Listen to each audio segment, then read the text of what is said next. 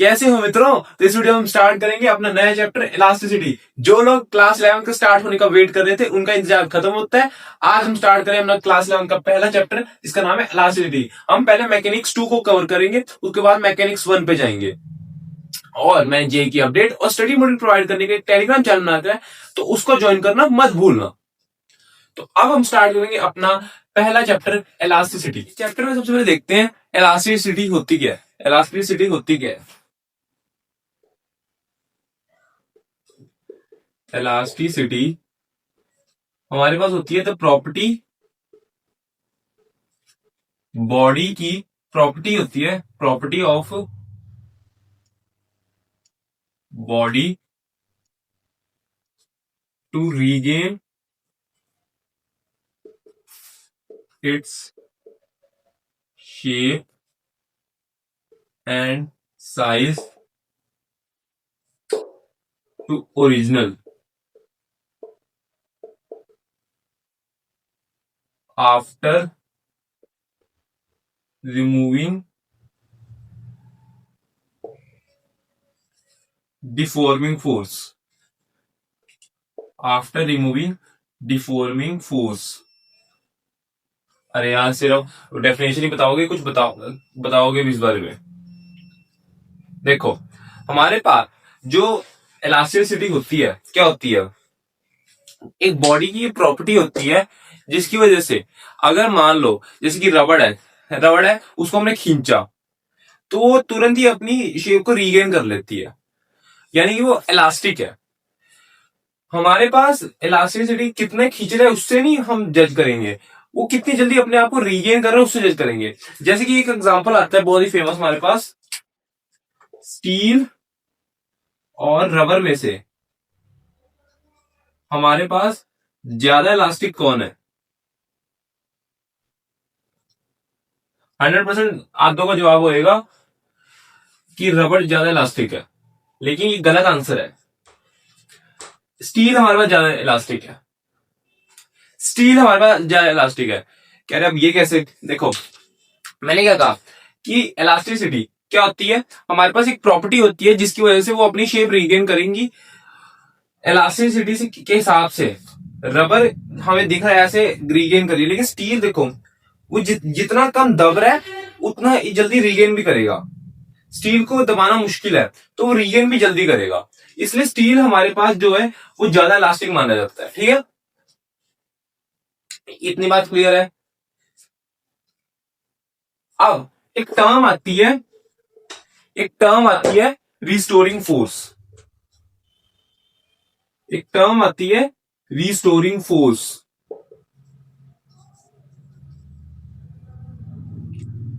थोड़ा सा theoretical chapter है, लेकिन इसमें से एक सवाल पक्का आता है हर पेपर में। रिस्टोरिंग फोर्स के हिसाब से ये हमारे पास वो फोर्स होती है जिसकी वजह से force by which body regains its shape easily, by which body regains its shape and size।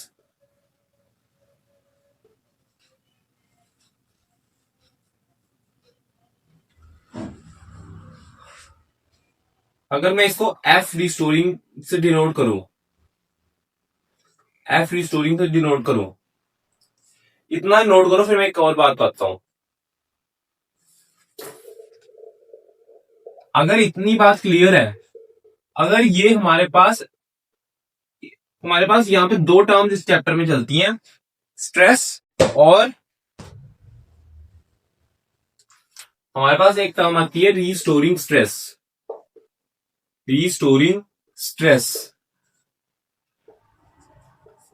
ये होता है एफ रीस्टोरिंग अपॉन एरिया। इसके या ऐसा यूनिट हमारे पास प्रेशर जैसे होते हैं। प्रेशर और स्ट्रेस में थोड़ा सा ही डिफरेंस होता है, लेकिन ऐसा यूनिट हम इसके सेम देखेंगे।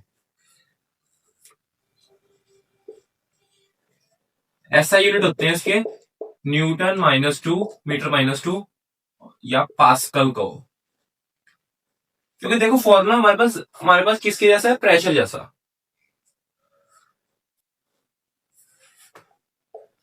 अब बारी आती है असली चीज की। ये तो हमारे पास टर्मिनोलॉजीज थी।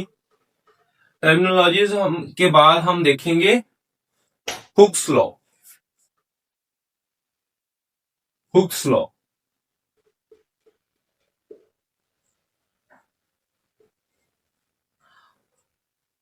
हुक्स ने क्या कहा? हुक्स ने कहा कि हमारे पास किसी बॉडी में जब हम उसे खींच रहे हैं किसी फोर्स से, जब हम किसी फोर्स से उसे खींच रहे हैं, उसमें खिंचाव आएगा और उस खिंचाव को हमने नाम दिया स्ट्रेन का। उसमें कुछ स्ट्रेन डेवलप होएगा और वो स्ट्रेन हमारे पास प्रोपोर्शनल होता है किसके, या कहो स्ट्रेन कहो या कहो वो हम इसके अंदर जो स्ट्रेस डेवलप होएगा वो स्ट्रेन के प्रोपोर्शनल होएगा। ये टर्म ज्यादा सही है। हमारे पास देखो, बात समझो, हमारे पास स्ट्रेस किसकी वजह से आ रहा है, स्ट्रेन की वजह से। तो जितना ज्यादा हमारे पास स्ट्रेस डेवलप हो रहा होगा यानी कि उतना ही उसमें स्ट्रेन आया होगा। क्या बात क्लियर है? Stress is directly proportional to strain. Hooke's law हमें ये कहता है। अब हमें पता है प्रोपोर्शनैलिटी साइन हटाने के लिए हमें क्या यूज करना पड़ता है, एक कांस्टेंट का। तो यहां से ये आ जाएगा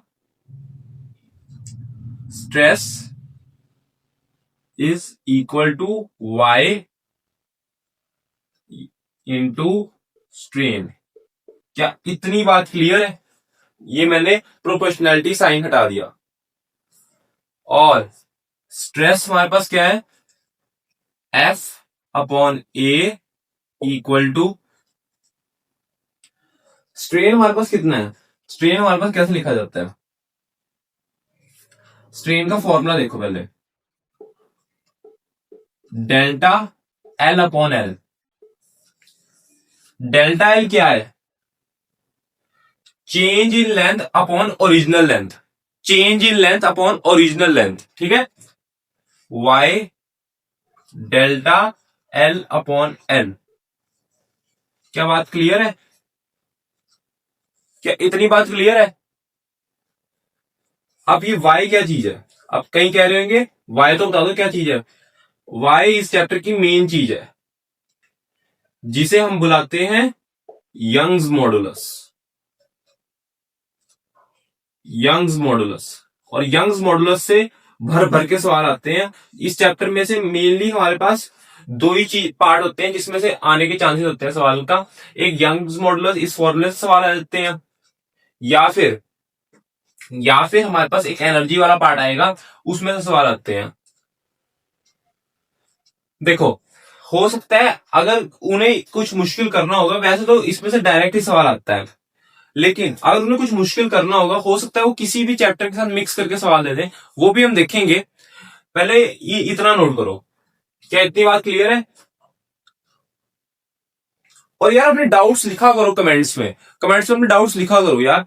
मैं देखता हूं कोई कमेंट ही नहीं करता। अगर कोई तुम्हें डाउट होता है कमेंट्स में लिखा करो, ठीक है।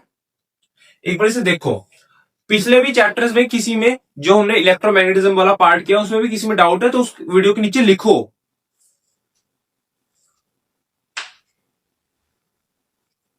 अब देखो,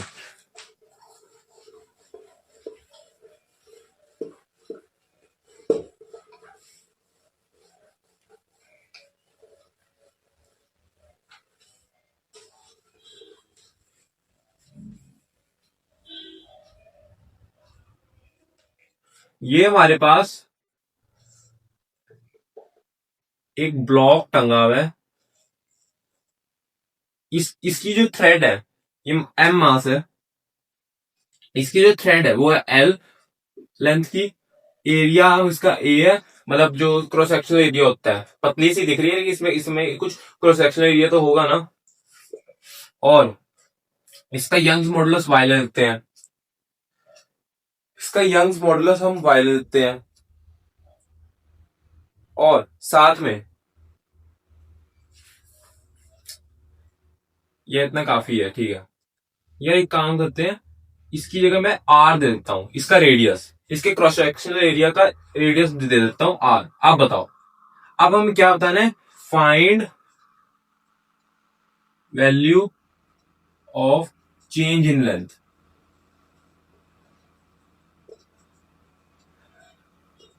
इसके सवाल ज्यादातर वैल्यूज के साथ आते हैं, लेकिन हमें वैल्यूज देखने की जरूरत नहीं है, कंसेप्ट समझने की जरूरत है, इसलिए मैं सिर्फ वेरिएबल्स के साथ ही खेल लूंगा। तो यहां पे कैलकुलेशन तो वहां पे हो ही जाएगी अगर कंसेप्ट समझ में आ गया तो, ठीक है। अच्छा, आप देखो एक बार इसे खुद से ट्राई करना चाहोगे?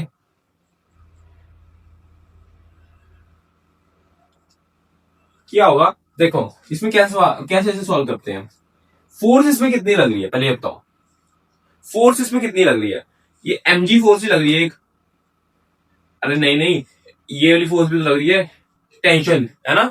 तुम कहोगे टेंशन भी तो लग रही है, हाँ हाँ लग रही है, और हमें यही देखनी है। देखो हमारे पास ये, हमें थ्रेड में कितनी चेंज इन लेंथ आ रही है वो देखना है, और उसके ऊपर जो फोर्स लग रही होगी, जो जिसकी वजह से स्ट्रेस डेवलप हो रहा होगा वो देखना पड़ेगा, और वो तो एक ही टेंशन ही है।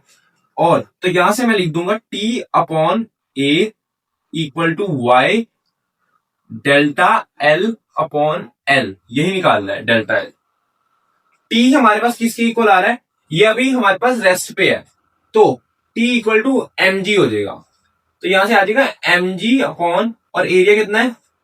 एरिया होगा इसका pi R square, Y delta L upon L. तो यहां से ये बन जाएगा, यहां से ये क्या बन जाएगा? डेल्टा एल की वैल्यू बन जाएगी M G L upon pi R square.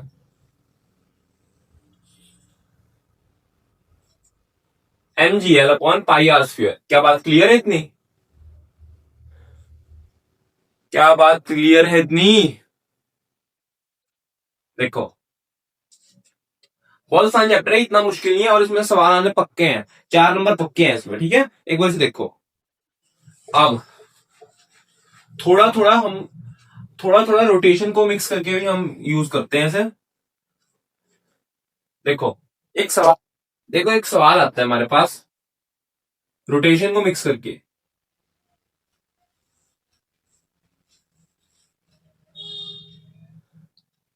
ये हम ले लेते हैं, इसको क्या ले, इसको मैं कुछ अलग लू, 2mg। अगर किसी ने, अच्छा ये रोटेशन को थोड़ा मिक्स करके है, अगर किसी रोटेशन नहीं पड़ा तो कोई दिक्कत की बात नहीं है, रोटेशन भी इसी चैनल में इसी सीरीज में आने वाला है, ठीक है। एक बार पहले ये वाला चैप्टर, फिर heat and thermodynamics, calorimetry, thermal expansion, ये सारे पार्ट खत्म हो जाए, फिर हम मैकेनिक्स 1 को भी शुरू करेंगे। एक्चुअली इलास्टिसिटी, थर्मल एक्सपेंशन, इन सब में से ना क्वेश्चन आने के चांसेस एक तो बहुत ज्यादा होते हैं, ऊपर से आसान क्वेश्चन इसके बनते हैं, मेंस में इसकी मुश्किल क्वेश्चन नहीं बनते। थर्मोडायनेमिक्स के भी आसान ही क्वेश्चन बनते हैं, और थर्मोडायनेमिक्स में तो कई बार 2 से 3 क्वेश्चन आ जाते हैं, इसलिए मैंने पहले इसे एक बार शुरू किया, ताकि हमारा एक बार आसान पार्ट खत्म हो जाए, जिसमें से हमारे पास क्वेश्चन आने के भी चांसेस ज्यादा है। फिर मैकेनिक्स 1 को भी हम इसके बाद जरूर देखेंगे, और अच्छे लेवल पे देखेंगे, ठीक है। एक बार पहले इसे देखते हैं। हाँ, मैं कह रहा था इसका अगर हम यंग्स मॉडुलस क्या ले ले, वाई, इसका ले लेते हैं, इसकी हम लेंथ क्या ले, L1, रेडियस R1, इसका हम क्या लें बताओ, इसकी हम, इसको हम चलो 2y ले लेते हैं, R2, L2। क्या बात क्लियर है इतनी? क्या बात क्लियर है इतनी? फाइंड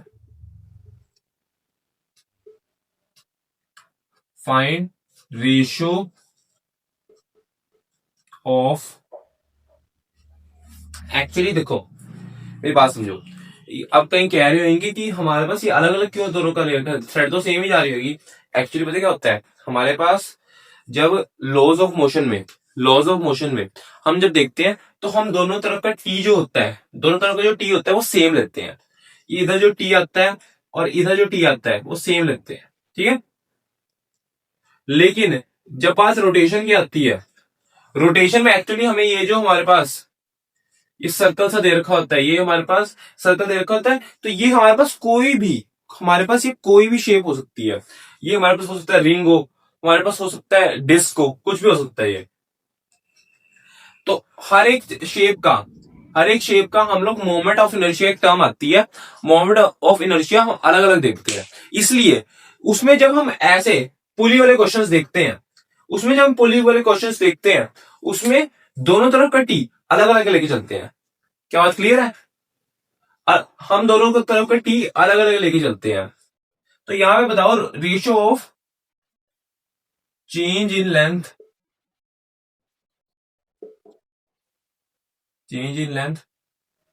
इन बोथ स्ट्रिंग बताओ, ट्राई किया होगा। इसका देखो सबसे पहले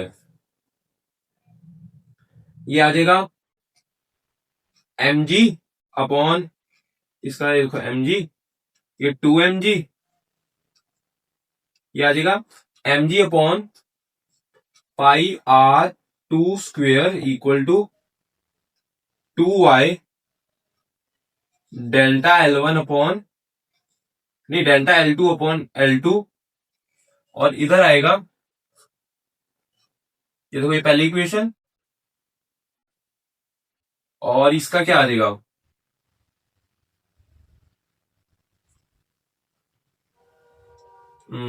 क्या ले, हाँ एक सेकेंड, ये mg है, ठीक है, 2mg upon pi r1 square equal to y delta L1 upon L1। Second, इन दोनों का रेशियो लो, ये बन जाएगा r1 square upon r2 square, r1 square upon r2 square, और 2